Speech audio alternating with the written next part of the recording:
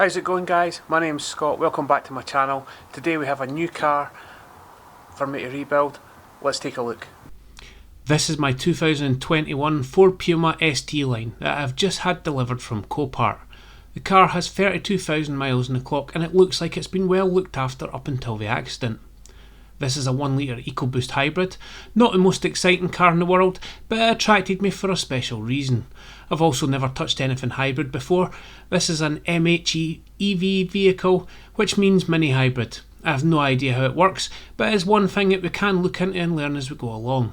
Now, the reason it attracted me is back in 2001 when I was an apprentice. The local car dealer had a nice shiny red Mark 1 Puma and I really liked it, really wanted it back then, but I could never afford it at the time. Now, most of those Pumas are gone due to rust, but the new one has a nod to the old Pumas that got me interested in seeing what they were like, and so far I quite like it. Has a decent spec, and if it sorts okay, it should be a nice car for someone once it's returned to the road.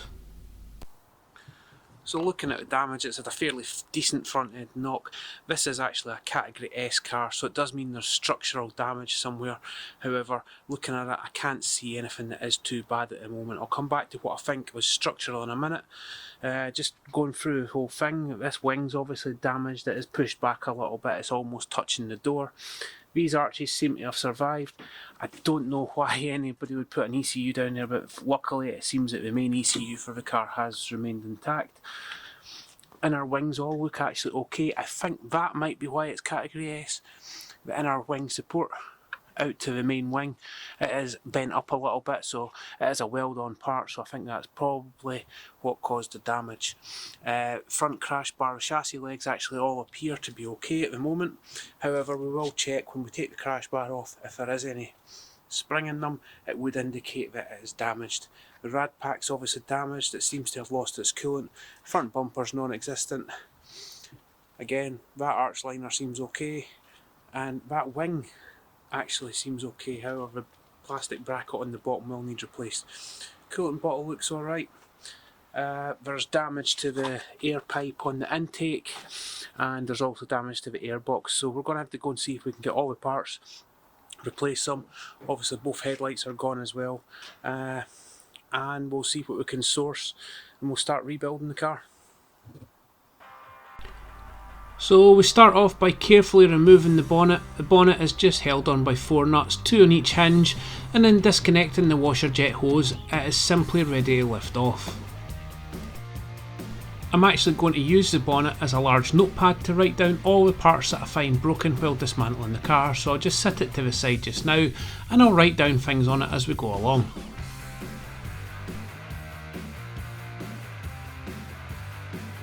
Next up, I'm carefully removing the wheel arch trim as it seems to be okay, apart from the clips that are broken, but these are replaceable parts, so I'll try and reuse this part if it's okay to do so.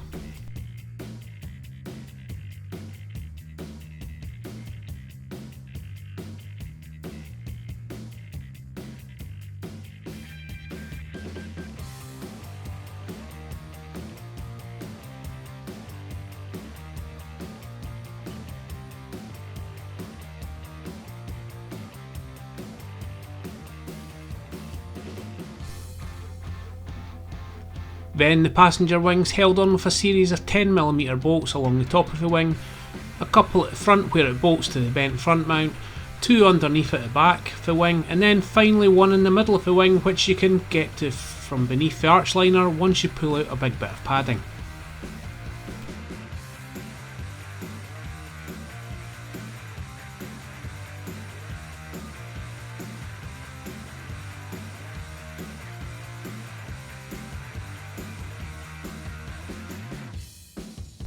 In hindsight, this might have been a bit easier if I'd put the car on axle stands or on the quick jacks, but as I was trying to determine how straight the car was, I wanted it to sit flat on the ground on all 4 wheels, and had to make do with turning the steering back and forward just to get a little bit more access.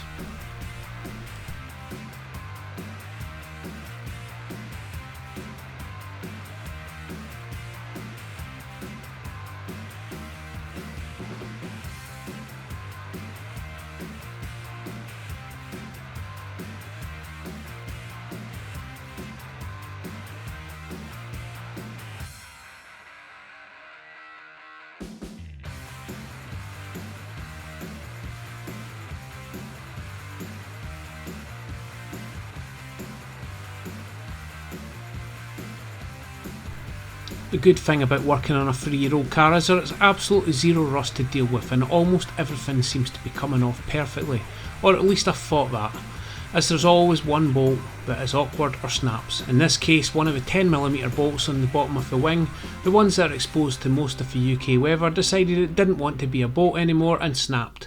I'll have to deal with that later.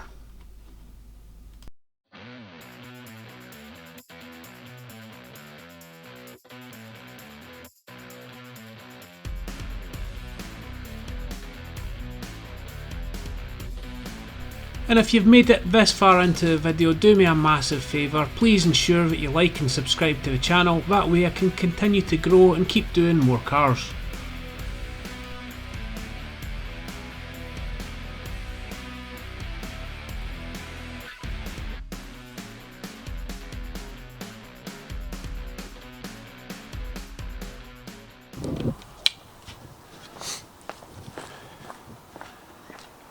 And that's the front wing off. As you can see, the chassis leg, inner wing is absolutely perfectly straight. This little bracket's slightly bent here, will bend that back forward again. Unfortunately, I have snapped one of the bolts down here. I'll have to drill that out, maybe re-tap it, see how that goes. This bracket here, it is slightly bent, but we'll line that up to the new wing when we get it. Hopefully it'll just bend back into place. I don't want to go welding, it is a hybrid car. I'm not sure on the battery systems and how they work yet, so we'll see how that goes, but hopefully we'll be able to save that.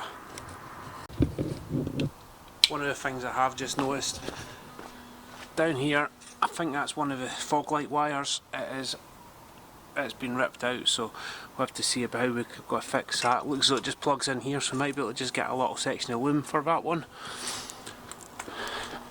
This, I'm not 100% sure what it is. It might be probably an outdoor temperature sensor, could be a radar camera, I'm not sure.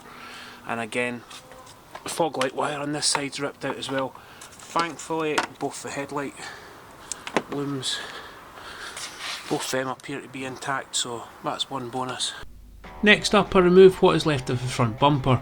There really isn't much of it remaining, but the LED fog light does appear to be okay, so I'll put that to the side just in case I need to reuse it later. Then along the top of the radiator, as you can see here, is a plastic panel which I think is also part of the bumper that is held on with a couple of T25 screws, and it lifts off, but it is destroyed, so it'll be getting binned. After that, I can start to disconnect the rad pack, air conditioning condenser and the intercooler. The aircon gas also appears to be gone, so at this point I don't have to call in anyone to reclaim the harmful gases.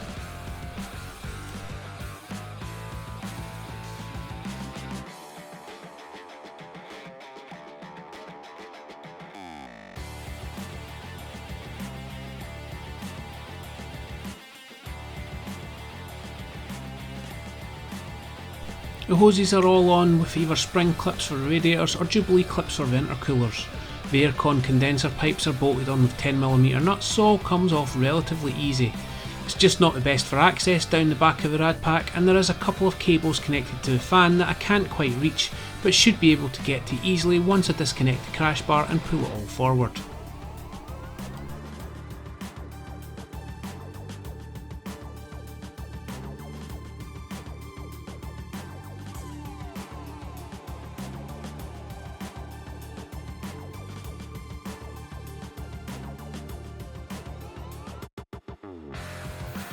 So this is the moment of truth. If there's any spring when this bolts are loosened, probably means one of the legs is bent, so hopefully there's no going into any of that. And we'll see how the new crash bar lines up when we put that on as well.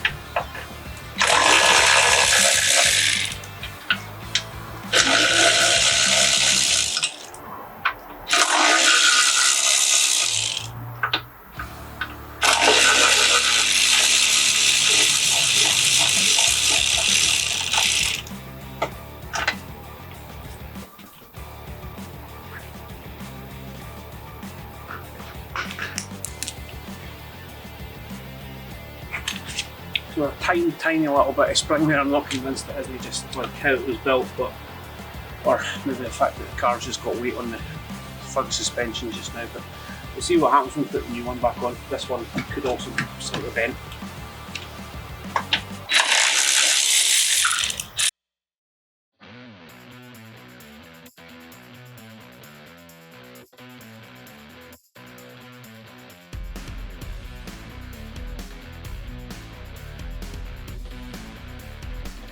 I then simply remove the rest of the bolts from the crash bar now, and there isn't much left damage on the car. It also allows me to disconnect the fan wires, and then I do remove the under tray after this, but I'm not sure why it wasn't on camera, but it was just a couple of screws holding it to the engine under tray, and it's only got a small crack in it, so I just may or may not reuse it depending on if I get another one, or I may just plastic weld the crack in it.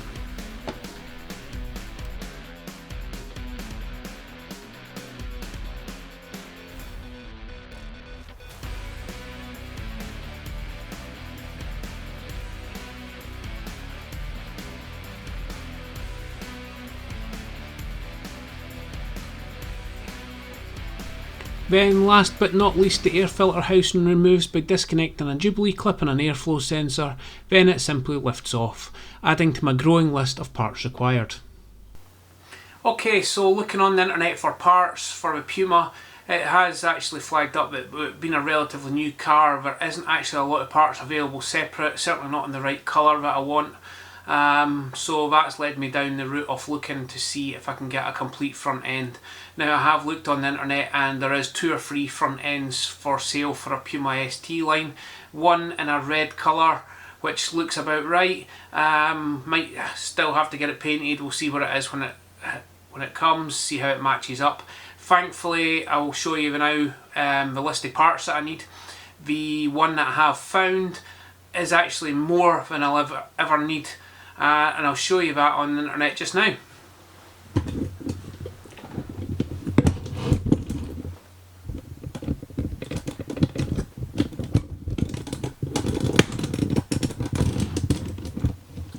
Okay, so this is the one I've found. I actually found a full front end for a Ford Puma in red. Looks to be in decent condition. There is a couple of little marks on the bumper, but we'll get them sprayed in. You can see probably just through storage or when they've been getting removed. It's 2,400 plus 150 delivery for the whole lot, and it is for the right spec of car. It is for the ST line. Now, if you come down to the description, for sale is a front end assembly removed from a 2021 Ford Puma, so it's the right year as well. Not that I think that'll make much difference.